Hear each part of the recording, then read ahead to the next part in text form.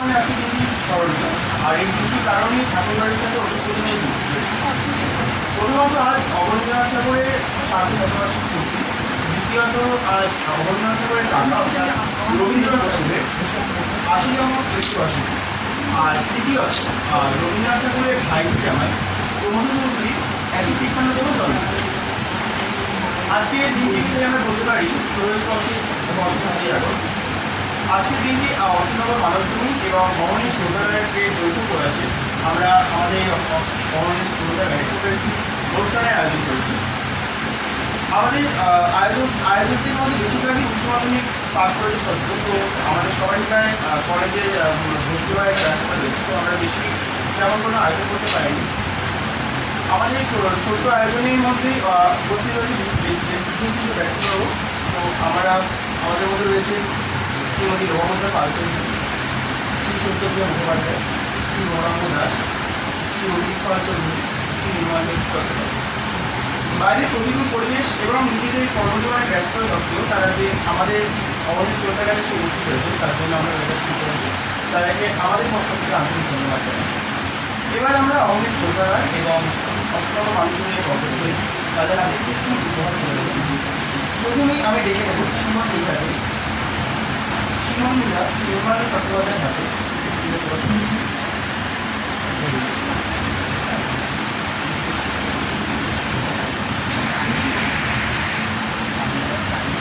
এরপর আমি ডেকে নেব সুস্মিতা সাহাকে। সুস্মিতা সাহা শ্রী অজিত পালচন্দ্রীর হাতে।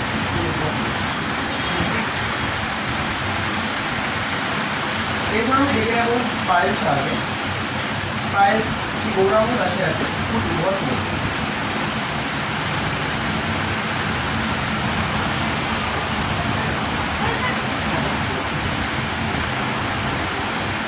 এরপর সৃষ্টি পাল ফুল উপহার তুলে দেবে শ্রী সত্যপ্রিয় মুখোপাধ্যায়ের হাতে।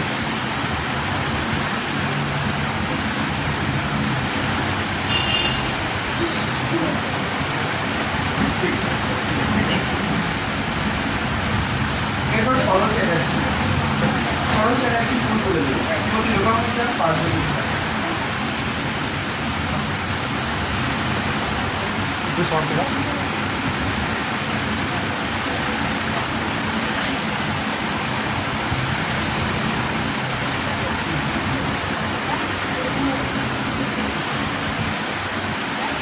আমাদের অবনীত সন্ধ্যার খুব বেশি বড় নয়, আমাদের ছোট অতকেই অনুষ্ঠানের জন্য সুন্দর করে সাজিয়ে। তো এই অনুষ্ঠানটির জন্য আমাদের গ্রন্থাগারটি সাজিয়ে তুলেছে যারা তাদের মধ্যে রয়েছে সীমন মিঠা, সুস্মিতা সাহা, দেবাত্রী সাহা, শাশ্বতী কর, দেবার্থ পাল, সৃষ্টি পাল। তাছাড়া অবনীন্দ্রনাথ ঠাকুর, রবীন্দ্রনাথ ঠাকুর এবং দেবালয় সাজিয়েছে সুরেশ পাচ্ছি, সুস্মিতা সাহা এবং সৃষ্টি পাল। আজকে গোটা অনুষ্ঠানে ক্যামেরাবন্দি করে রাখার দায়িত্ব নিয়েছে জিৎ এবং পাল। আজকের অনুষ্ঠানের প্রথম পর্ব অবসর। এই পর্বে আমরা অবনীন্দ্রনাথ ঠাকুরকে স্মরণ করব। অবনীন্দ্রনাথ ঠাকুরের জন্ম 1871 সালে 7ই আগস্ট ঠাকুর পরিবারে। তার বাবার নাম ছিলেন ধীরেন্দ্রনাথ ঠাকুর এবং মা সৌদামিনী দেবী। ছোটবেলা থেকেই রং এবং প্রাকৃতিক সৌন্দর্যের প্রতি তার বিশেষ আকর্ষণ ছিল, কিন্তু তার কাকা রবীন্দ্রনাথ ঠাকুরের মতোই তার প্রাতিষ্ঠানিক শিক্ষার প্রতি তেমন কোনো আগ্রহ ছিল না বলতেই চলে। তো তার শিক্ষা শুরু হয় তার বাড়িতে গৃহশিক্ষক প্রদর্শনের কাজ করে। বাড়িতে থাকার জন্য তিনি বাড়ির নানা ঘরে তিনি চলাফেরা থাকতে পারেন। তো এবার অনেকবারই হয়তো বিভিন্ন দেওয়ালে মানে ঠাকুর দেবতার চলচ্চিত্র এবং তেজ রঙের আঁকা ছবি, তার এই ছবিগুলো তাকে আঁকার প্রতি আরও বেশি করে আগ্রহ জানাতে সাহায্য করে। অবনীন্দ্রনাথ তাই পড়াশোনার পাশাপাশি শুরু করে আঁকা আছে। তার প্রাকৃতিক বিভিন্ন পছন্দের তিনি তার ছবি আঁকার কথা শুনেছেন। তিনি তার কলেজে পড়াকালীন তিনি তার এক বন্ধুর কাছ থেকে শিখেছিলেন দেবদেবীর মূর্তি আঁকার কৌশল, ছবি আঁকার কৌশল। এই সব কিছুই নতুন নতুন অগ্রগতি প্রাপ্ত করার পর তার মনে হয়েছিল যে তিনি নিজের কিছু তৈরি করতে পারছেন না। ঠাকুর পরিবারের বিভিন্ন সদস্য তাকে বিভিন্নভাবে তার ছবি আঁকার করতে সাহায্য করেছিল। তবে তার এই ঠাকুর পরিবারের সদস্যদের মধ্যে সবথেকে বেশি তাকে সাহায্য করেছেন তিনি রবীন্দ্রনাথ ঠাকুর এবং তার কাকা। তিনি যখন নিজে নতুন টিম তৈরি করার কথা ভাবছিলেন তখন রবীন্দ্রনাথ তাকে পরামর্শ দেন যে বৈষ্ণব পদাবলীকে ছবি আঁকছে। অবনীন্দ্রনাথ ঠাকুর তার কাকার পরামর্শ মানে এবং বৈষ্ণব পদাবলী দিয়ে ছবি আঁকতে শুরু করে। তৈরি হয় শুক্লা বিষয়। তবে এতেও শিল্পী নিজের শিল্পের প্রতি সন্তুষ্ট ছিলেন। তার মনে হয়েছিল যে শিল্পী মনে হয় বিদেশি লিপির চাপ করেছে। তিনি সবকিছুর মধ্যেই ভারতীয় শিল্পের সন্ধান করতেন। তাই বহু চিত্রকার অনুসারে তিনি তার ছবিতে রঙের ব্যবহার, রঙের গাঢ়ত্ব, রঙের উজ্জ্বলতা কমে দিয়েছিলেন। এছাড়াও তিনি পটশিল্পের প্রতি মনোযোগী হয়েছেন এবং 1 বছরের মধ্যে মোট 80টি পটশিল্প তৈরি করেছেন। অবনীন্দ্রনাথের ছবির সংখ্যা ভারী হলেও তার ছবি বেশিরভাগ পত্রিকায় তার ছবি ছাপতে নাড়াচ্ছে। তবে শেষ পর্যন্ত রামানন্দ চট্টোপাধ্যায়ের দেবশ্রী পত্রিকায় তার ছবি ছাপা শুরু হয়। কবি নিবেদিতা তার ভারতমালা চিত্রটি ব্যাপক প্রশংসা করেছে। এই গেল চিত্র জগতের অবদান। তবে সাহিত্যের মধ্যে তার অবদান কম কিছু নয়। রবীন্দ্রনাথ তাকে গল্প লেখার যে নেশাটা ধরিয়েছিলেন। এরপর তিনি এই নেশার ফলস্বরূপই আমরা পেয়েছি উত্তর দেশে, তারপর শকুন্তলা, অন্যতম অবদান, অন্যতম কাজ তার সাহিত্য জগতে। রবীন্দ্রনাথের লেখা নাটকে তিনি রবীন্দ্রনাথের কথা নিয়ে বহুবার অভিনয় করেছেন। তাছাড়া রবীন্দ্রনাথের তৈরি গানে তিনি বিভিন্ন সুর দিয়েছেন। তার রবীন্দ্রনাথ দেওয়া সুর তার বিশেষ ভারতীয়তা বলে তিনি ভেবেছিলেন যে তিনি নিজে তার রবীন্দ্রনাথের সুর দেবেন। তাই তার সঙ্গে বহু অনুষ্ঠান রয়েছে।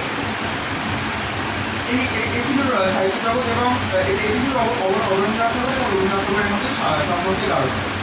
নাম, খ্যাতি, প্রশংসা এসব কিছু বিরোধী ছিলেন অবনীন্দ্রনাথ ঠাকুর। রবীন্দ্রনাথ ঠাকুর একবার তার জন্মদিন ঘটনায় পালন করতে চাইলে তিনি একেবারে নাটক করেছিলেন। তিনি শেষ পর্যন্ত কাকার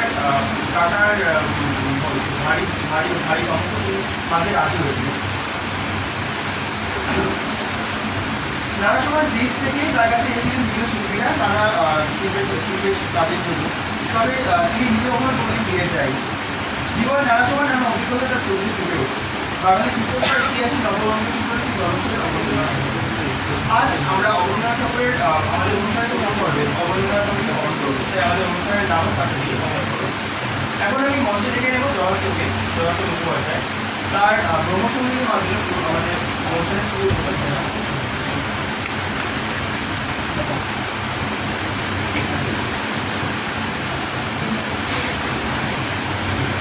হ্যাঁ এইখানটা ঠিক আছে।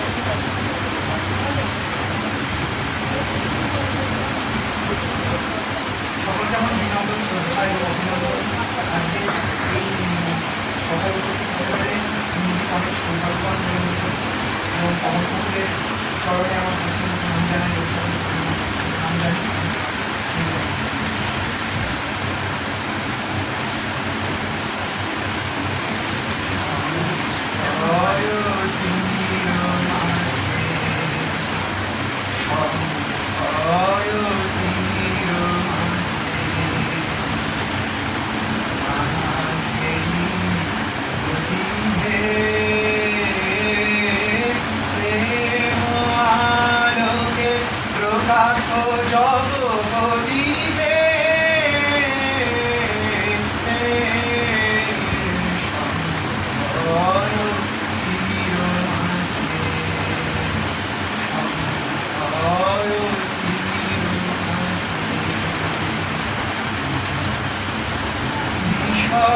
সম্পাদে ত্রিপুরা দূরে সতত বিরাজ হৃদয়পুরে বিপদে সম্পাদে ত্রিপুরা দূরে সতত বিরাজ হৃদয়পুরে তোমাদিরে অনাথ আমিও দিহে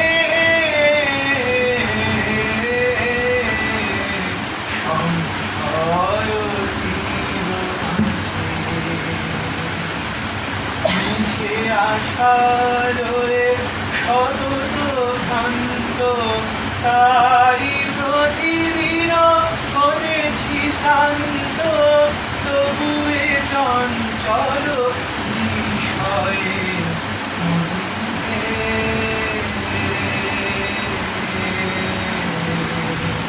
নিচে আশালয়ে সতত ভ্রান্ত, তাই প্রতিদিন হতেছি শান্ত, তবুয়ে চঞ্চল বিষয়ে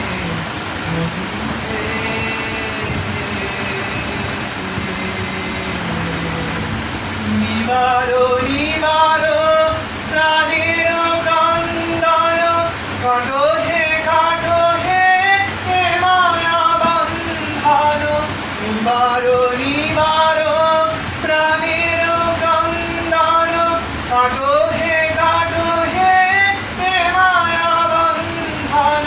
রাখো রাখো চরণে এ মিনতি হে, সংশয় সংশয়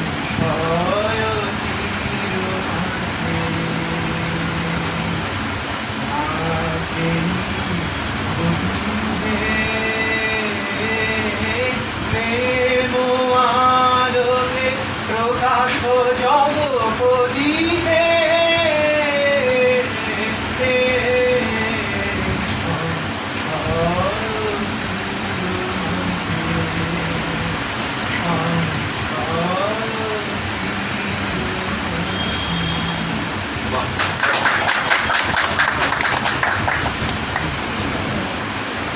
ধন্যবাদ জয় থেকে।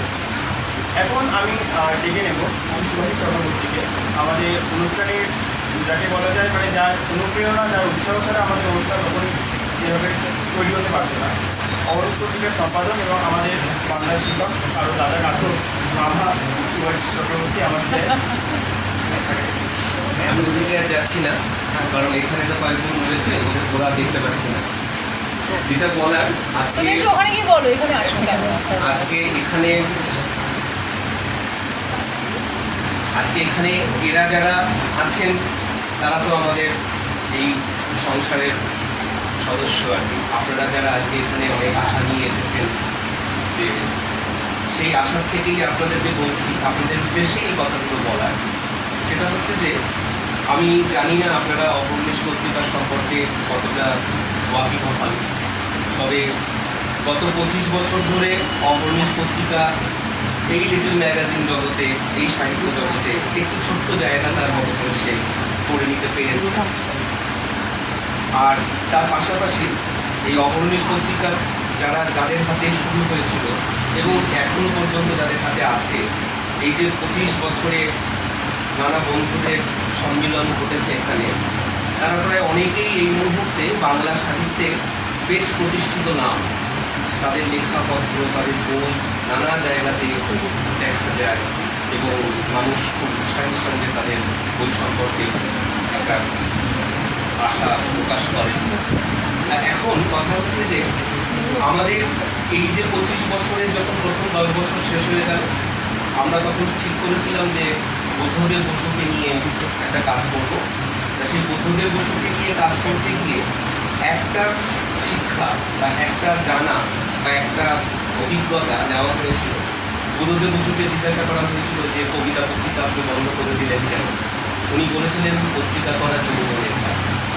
তো এই কথাটা সেদিন যখন করেছিলাম তখন বুঝতে পারি, কিন্তু যখন নাকি ক্রমশ দেখছি যে অপর্ণেশ পত্রিকার আর গড়ে ওঠা সম্ভব হচ্ছে না, পত্রিকার আকারে আমরা যেভাবে কাজটা করে এসেছি, যাতে আপনাদের সাথে আমাদের একটা সেতু বন্ধন হয়েছে, তো শেষ পর্যন্ত দেখলাম যে আমরা যারা এই পত্রিকাটা আর মানে করে উঠতে পারছি না সেই অর্থে, বা করলেও এখন হয়তো সেই আগের সেই এনার্জি বা আগের যে সেই ব্যাপারটা থাকবে না। তখন ভাবলাম যে তাহলে এই পত্রিকাটাকে কি বন্ধ করে দেবো। পত্রিকাকে বন্ধ করে দেওয়ার কথা ভেবেছিলাম যে 25 বছরে অপর্ণেশ পত্রিকার একটি সংখ্যা প্রকাশ করে একদম আনুষ্ঠানিকভাবে বাংলা একাডেমিতে হোক, কলকাতার কোনো একটা সভা করে হোক, আমরা এই পত্রিকার পত্রিকাতে বন্ধ করি। কিন্তু এই সিদ্ধান্তটা গত বছর নেওয়ার দরকার ছিল, কিন্তু গত বছর কোভিড, করোনা ইত্যাদি সব কিছু আমাদেরকে এমন একটা অভিজ্ঞতার সম্মুখীন করলো, তখন আমরা তুলে রাখলাম। তুলে রাখার পরে এই যে ঘরে আপনারা এই মুহূর্তে বসে আছেন, বুঝতেই পারছেন যে এটা একটা বাড়ির একটা ছোট্ট অংশ, এবং এটা আজ থেকে 30 বছর আগে 40 বছর আগে একটা একান্নবর্তী পরিবারের কোনো এক সদস্যের ঘর ছিল, কিন্তু জীবনের নিয়মে সে একান্নবর্তী পরিবার ভেঙে গিয়েছে। এই বাড়ির বহু সদস্য তারা নানা জায়গায় ছড়িয়ে ছিটিয়ে গেছেন। আজকে একটা সময় আমরা শুনতাম যে আমাদের এই বাড়িতে প্রায় 17টা শোবার ঘর, এখন বোধহয় তার অধিকাংশ ঘরগুলোই বন্ধ। কিন্তু এই ঘরটায় যেহেতু বেড়ে ওঠা আমার, এবং এই ঘরে যেহেতু অহর্নিশ পত্রিকার শুরু থেকে অনেক কাজ হয়েছে, এবং যখন নাকি দেখছি যে এই ঘরটা ক্রমশ নষ্ট হয়ে যাচ্ছে, ক্রমশ ধ্বংস হয়ে যাচ্ছে, এবং এখানে হয়তো আর কোনো কিছু করার উপায়ও নেই, তখন ভাবলাম যে এই ঘরটাকে তো ঠিকঠাক করতেই হবে। তাহলে একটা কাজ করি না, এই ঘরটাকে এমন একটা কিছু করি যাতে এখানে মানুষের সবসময় আনাগোনা হয়। এখন মানুষের আনাগোনা একটা তো হতেই পারত যে আমি যেহেতু পেশায় প্রাইভেট টিউশনজীবী, সেজন্য আমি তো এখানে কিছু মানুষকে সপ্তাহে রোজই আনতে পারতাম, কিন্তু সেটাই আমার মন সায় দিচ্ছিল না, কারণ আমি আর সেই জায়গাটাতে এখানে এই ঘরটাকে দেখতে চাইছিলাম। তারপরেই ভাবলাম যে তাহলে একটা কাজ করি, এই যে ছাত্রছাত্রীরা যারা কেউ ক্লাস 10-এ পড়ে, কেউ 11-এ পড়ে, কেউ 12-এ পড়ে, কেউ কলেজে পড়ে, এরা যারা আমার কাছে নিয়মিত পড়তে আসে, তাদের মধ্যে যারা খুব উৎসাহী, যারা সাহিত্য পড়তে ভালোবাসে, যারা মোবাইল ফোন ঘাঁটছে, আপনি দেখছেন আদতে তারা হয়তো একটা কোনো ভালো সিনেমা দেখছে ইউটিউবে, আদতে একটা হয়তো কোনো বইয়ের PDF ডাউনলোড করে সেটা করছে। সব মোবাইল ঘাঁটাই তো আর নেতিবাচক নয়। সুতরাং তাদেরকে দিয়ে যদি একটা কিছু করানো যেতে পারে, মানে ভাবনাটা একদম আমি যদি ছাত্র পড়ানোর মতো করে বুঝিয়ে বলি, তাহলে ব্যাপারটা হচ্ছে এই যে গত 25 বছর ধরে যেমন অহর্নিশ পত্রিকা চলছে, সেরকম গত 26-27 বছর ধরে আমার এই পড়ানোর কাজটাও চলছে। এবং আমার কাছে যারা পড়তে এসেছে তারা এর আগেও অনানুষ্ঠানিকভাবে আর কি, মানে এরকম কোনো গুছিয়ে না, তারা লেখালেখিতে উৎসাহিত হয়েছে। যেমন ধরুন অশোকনগর বলে একটি পত্রিকা আছে, যার সৌমিত্র চট্টোপাধ্যায়ের সংখ্যা খুব বিখ্যাত হয়েছে, যার সন্দীপন চট্টোপাধ্যায়ের সংখ্যা খুব বিখ্যাত হয়েছে। এই পত্রিকাটি এই ঘরেই তৈরি হয়েছে, এই পত্রিকাটির জন্ম এই ঘরেই হয়েছে, এবং আমার ছাত্রছাত্রীরাই করেছিল। তো আজকে তারা সবাই বিবাহিত, তারা সবাই সংসার করছে, কেউ সোনারপুর স্কুলের ইংরেজি দিদিমণি, কেউ অন্য কোনো স্কুলের ফিজিক্সের মাস্টারমশাই, তো ওরা তো চলে গিয়েছে, কিন্তু আমার কাছে তো এই কচিকাচারা সবসময়ই আসে। তো এই আশাটার মধ্যে এই যে সুস্মিতা বা এই যে পায়েল বা এই যে ওরা যারা বসে আছে, ওদের যে উৎসাহ দেখতে পাবে। এখন আমি ভাবলাম যে এই উৎসাহটাকে যদি একটু ইতিবাচক দিকে নিয়ে যাওয়া যায়, তার জন্যই আমি ওদের সাথে একটু আলোচনা করে বললাম যে আমি মোটামুটি যা খরচে হিসেব পেয়েছি, তাতে এই ঘরটাকে ঠিকঠাক করতে গেলে আমার একটা বড় অ্যামাউন্ট খরচ হবে, কিন্তু তার সাথে যদি আরও কিছুটা খরচ করি, তাহলে একটা বেশ দিব্যি সুন্দর লাইব্রেরি হয়ে যায়, অন্তত লাইব্রেরির একটা শুরু হয়ে যায়। তো তোরা যদি বলিস যে তোরা এই কাজটায় অংশগ্রহণ করবি, কারণ তোদের জন্য করছে, আমার জন্য তো দরকার নেই। এই ঘরে যা বই আছে এর 10 গুণ বেশি বই আমার ঘরে রয়েছে, সুতরাং এটা তো কোনো একটা লাইব্রেরি, এটা তো কোনো ব্যাপারই না। সত্যপ্রিয়তার বাড়িতেই তো যা বই আছে তাই দিয়ে একটা 4 গুণ লাইব্রেরি করে দেওয়া, কিন্তু লাইব্রেরি বললে কথাটা বলতে ভালো লাগছে, কিন্তু বইয়ের সংখ্যা দিয়ে এখানে আমরা এটাকে বিচার করতে চাইছি। আমরা এখানে বিচার করতে চাইছি যে, বা দেখতে চাইছি বা বুঝতে চাইছি যে এখনকার ছেলে মেয়েদেরকে যে দোষ দেওয়া হয়, তারা বই পড়ে না, তারা লেখে না, তারা কাজ করে না, আমরা অভিভাবকেরা কতটা দায়িত্ব পালন করি। আমরা তাদেরকে জয়েন্ট এন্ট্রান্স পাস করানোর জন্য কত খরচ করি, আর একটা ভালো বই কিনে দেওয়ার জন্য তখন আমাদের পকেটের অবস্থা কী হয়, আমরা কি এইভাবে কখনো ভেবে দেখেছি? সেই জায়গা থেকে ওদের একজন দাদা বা কারো কাকা বা কারো মামা, এই সম্পর্কগুলো ওদের সাথে আমার হয়, আর এমনি আপনার সেই হয়ে যায়। কেউ আমার ভাগ্নি নয়, কেউ আমার ভাইজি নয়, কিন্তু ওই একটা সম্পর্ক তৈরি হয়ে যায়। তো কীভাবে এটা ভাবা হয়েছে আপনাদেরকে একটু গুছিয়ে বলি।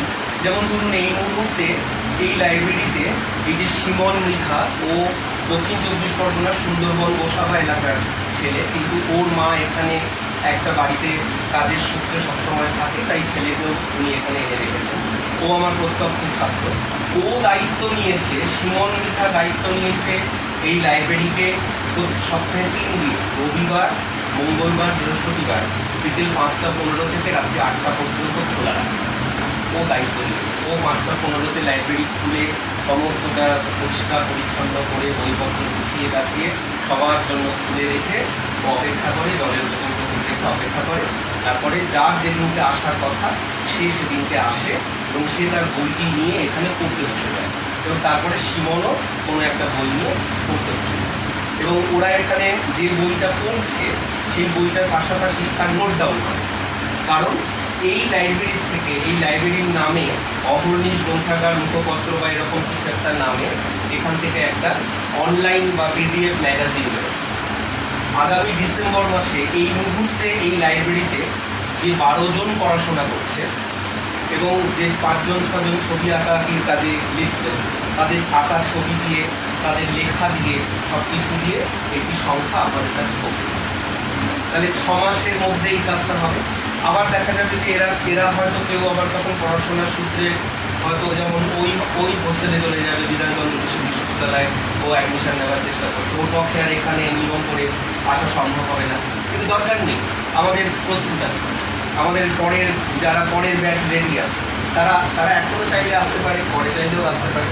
আমরা ঠিক করে নিয়েছি 15 জন করে 6 মাস, যাদের মাধ্যমিক পরীক্ষা নেই সামনে, উচ্চ মাধ্যমিক পরীক্ষা নেই, 11-এ পড়ে বা 9-এ পড়ে বা কলেজে কম গুরুত্বপূর্ণ ইয়ারে পড়ে, তাদেরকে এখানে নিয়ম করে আসতে হবে, যাতে বাড়ির বকাটা, এখন তো বই পড়তে এলে স্যারের অন্য কাজে যোগ দিলে বাড়িতে বকাতে হবে, হ্যাঁ, কেন তুমি পড়াশোনা বাদ দিয়ে তুমি লাইব্রেরির পেছনে সময় দিচ্ছ, এই কথাগুলো তো অভিভাবকেরা বলেন এখন। সুতরাং এই ব্যাপারগুলোকে একটু বুঝে নিয়ে, বুঝে শুনে, যে 11-এ পড়ে, যে 9-এ পড়ে, যে ফার্স্ট ইয়ারে পড়ে, যার শব্দ উচ্চ মাধ্যমিক বা পাশ করে 3 মাসের ছুটি আছে বা পরীক্ষা দিয়ে, এরা এখানে আসবে এবং এদেরকে বিষয়টা ঠিক করে দেওয়া হয়।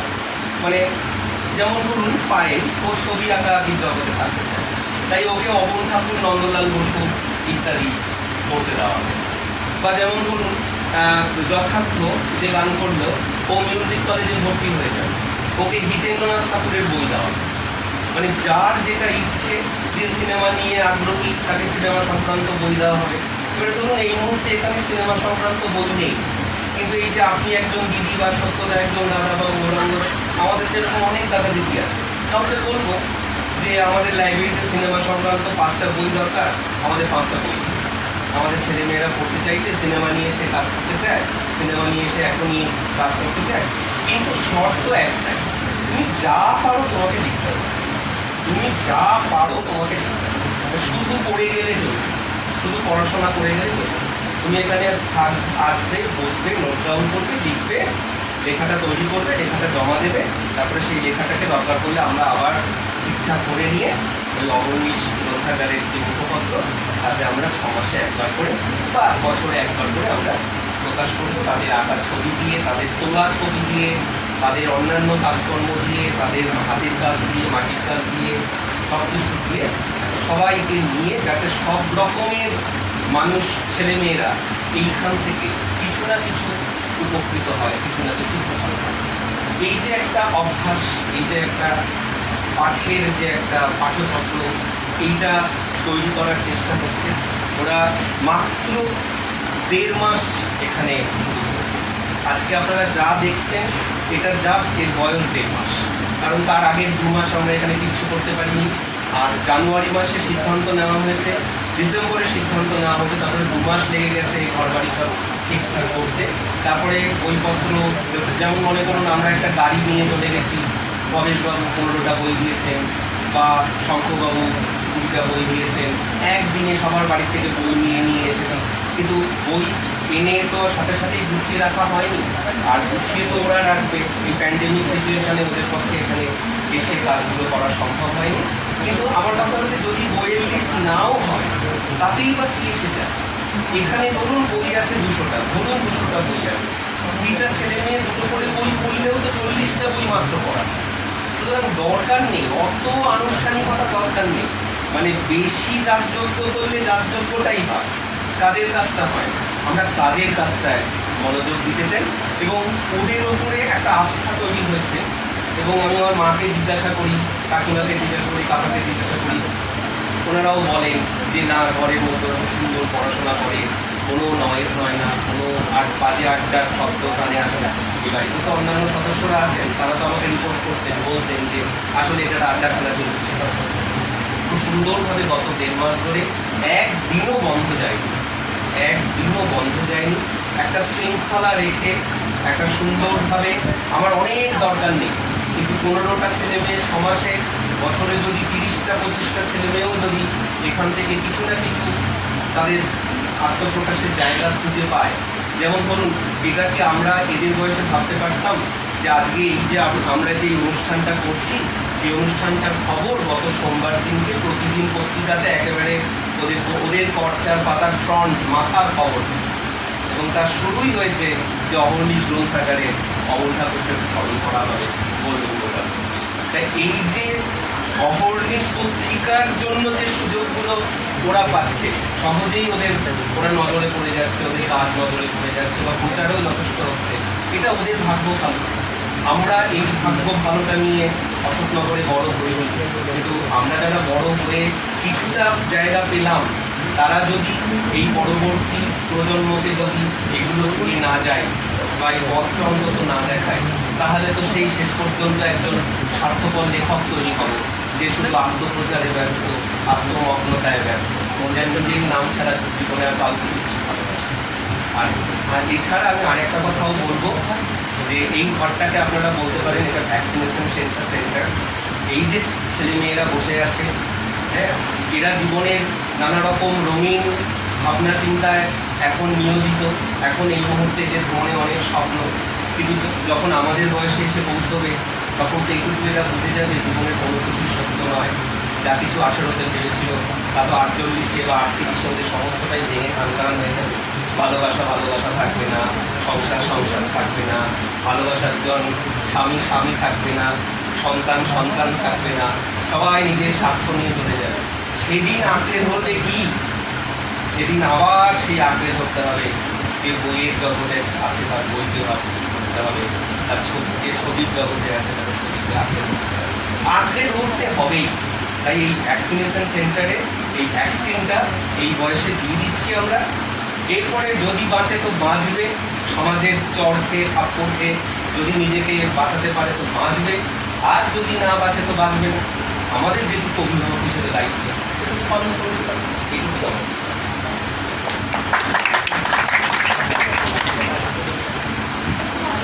ধন্যবাদ। আচ্ছা 1 মিনিট, ওই যারা বাইরে দাঁড়িয়ে আছে তোরা কি বসবি? চলে আয় তাহলে।